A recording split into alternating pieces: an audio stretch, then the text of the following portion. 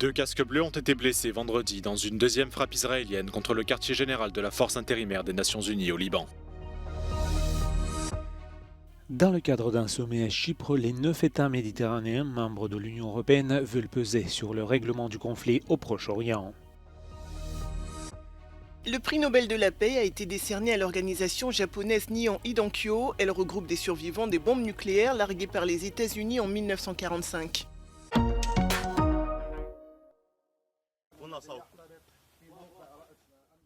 Deux nouveaux soldats de la paix ont été blessés, dont un grièvement, dans une deuxième attaque des forces israéliennes contre le quartier général de la Finule au Liban. Cette frappe fait suite à celle de jeudi, qui avait également blessé 2 casques bleus. Le chef de la politique étrangère de l'UE, Josep Borrell, demande à Israël de rendre des comptes et affirme qu'une nouvelle ligne a été dangereusement franchie au Liban après cette attaque. Jean-Pierre Lacroix, le chef des opérations de maintien de la paix de l'ONU, a également déclaré que les affrontements entre le Hezbollah et Israël dans le sud du Liban mettaient gravement en danger les casques bleus.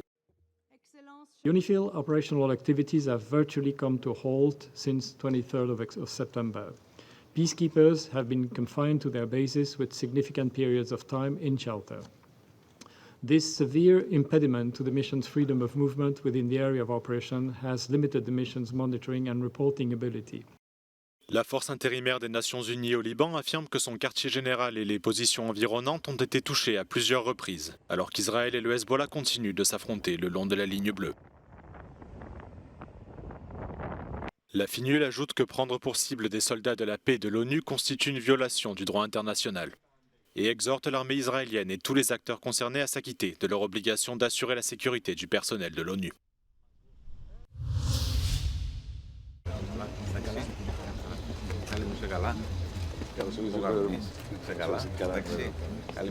For the past year, the Middle East has been at the mercy of a deadly war between Israel and Hamas that has now spread to Lebanon. Within this context, the Republic of Cyprus is hosting Med9, the summit of the 9 Mediterranean states members of the European Union. At the top of the agenda is ending the war, providing humanitarian aid, but also the possibility of large numbers of migrants trying to reach Europe.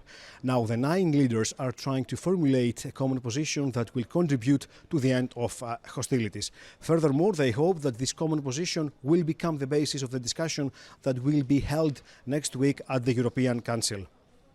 Nicosia estimates that so far the 27 member states have not managed to express themselves unanimously and thus to intervene decisively in the ongoing developments.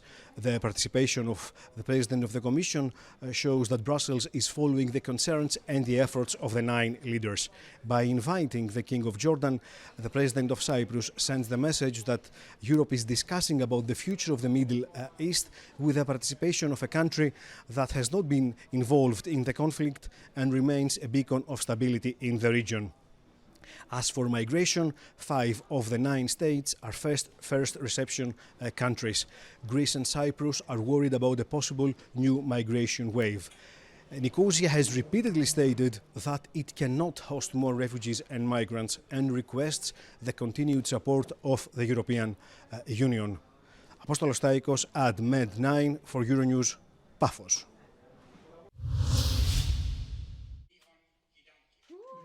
À l'annonce du nom de son organisation, il n'en revient pas. Toshiyuki Mimaki est coprésident de l'association Nihon Hidankyo, qui ce vendredi a reçu le prix Nobel de la paix. Le mouvement rassemble les survivants des bombes nucléaires larguées par les États-Unis à Hiroshima et Nagasaki en 1945.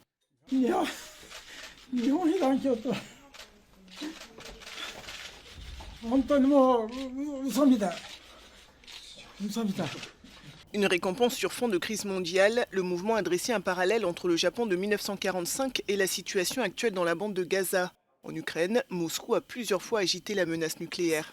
This grassroots movement of atomic bomb survivors from Hiroshima and Nagasaki, also known as Hibakusha, is receiving the Peace Prize for its efforts to achieve a world free of nuclear weapons, and for demonstrating through witness testimony that nuclear weapons must never be used again.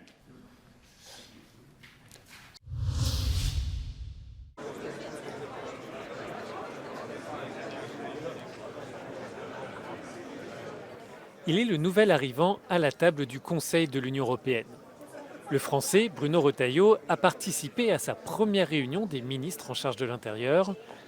Avant de faire ses premiers pas sur la scène européenne, le représentant français a immédiatement planté son décor politique. Il veut plus de fermeté en matière de politique migratoire. Bruno Retailleau est un gage donné à la droite française et à l'extrême droite en termes de discours, puisque Bruno Retailleau est assez dur sur les questions migratoires. Bruno Retailleau demande la mise en œuvre le plus rapidement possible, voire de façon anticipée, du pacte Asile et Migration. Il veut aussi revoir la directive dite Retour, dont le principe est de renvoyer dans le pays d'origine ou de transit tout migrant en situation irrégulière.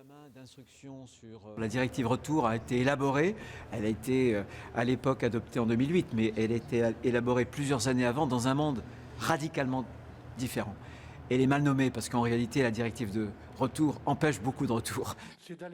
De plus, le nouveau ministre français de l'Intérieur n'écarte aucune solution a priori sur le transfert de migrants dans des centres hors de l'Union européenne, à l'image de l'accord entre l'Italie et l'Albanie. Ce discours radical connaît un écho à l'échelle européenne où l'extrême droite progresse, mais cette posture volontariste n'est peut-être pas destinée aux États membres.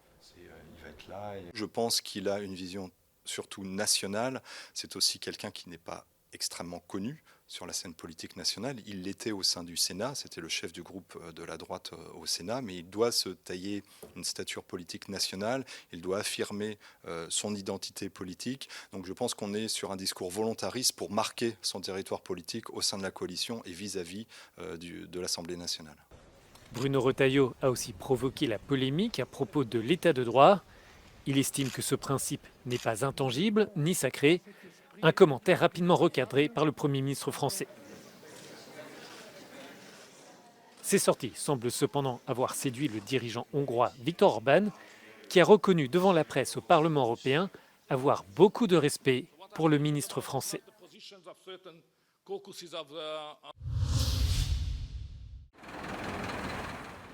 Des organisations professionnelles allemandes tirent la sonnette d'alarme après la mise en place en septembre de contrôles supplémentaires aux frontières du pays, car elles redoutent un impact majeur sur l'économie de l'Allemagne. La Chambre de commerce du pays affirme que les entreprises allemandes subissent de nombreux retards, qui posent un problème majeur pour l'acheminement de marchandises périssables, comme les denrées alimentaires. Mais au-delà des marchandises, c'est également la circulation des personnes qui est entravée. La Chambre de commerce de Francfort-sur-l'Oder, près de la frontière avec la Pologne, plaide pour que les travailleurs entrant en Allemagne puissent passer les contrôles plus rapidement. Par exemple, grâce à des certificats spéciaux délivrés par le gouvernement. We experience that our enterprises we have in our region have problems commuting, regarding the commuting, also regarding the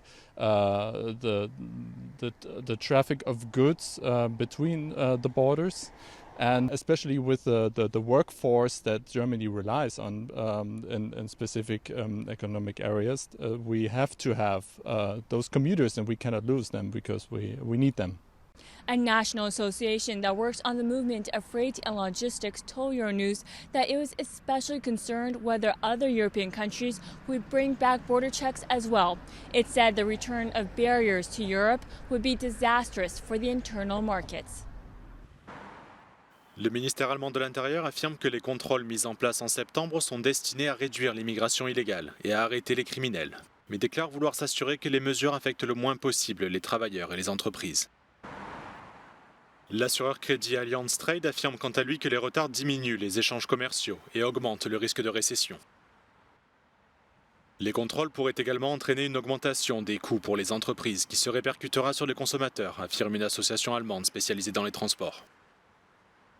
There could be traffic jams or there could be delays which will increase the cost for our truck companies, and they will have problems with the driving and rest time, and they have to get higher prices for the transport solution, and this is really a big problem.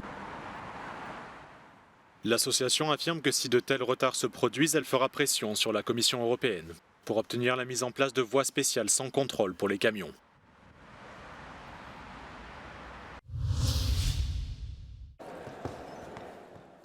Des centaines d'étudiants de Budapest ont appris à se protéger contre la fraude en ligne lors d'un cyberfest organisé par la police. Dans le cadre d'ateliers interactifs, des agents des services secrets hongrois ont expliqué aux jeunes les risques posés par les pirates informatiques et certains influenceurs. 23 iskola, 34 osztálya, közel 1000 diáknak van lehetősége mai nap részt venni a programjainkon, és hát az a célunk, hogy élményközpontú programokat kínáljunk, és nem titkolt célunk az az, hogy úgy szerezzenek ismeretet a hallgatók, diákok, hogy esetleg nem is tudják, hogy éppen ők tanulnak, és új ismereteket visznek haza. Les experts de l'Institut national de la cybersécurité ont mis en garde les étudiants contre les dangers des réseaux Wi-Fi publics, sur lesquels nos données personnelles peuvent facilement être volées à l'aide d'un appareil disponible légalement dans le commerce. Vannak olyan eszközök, amelyek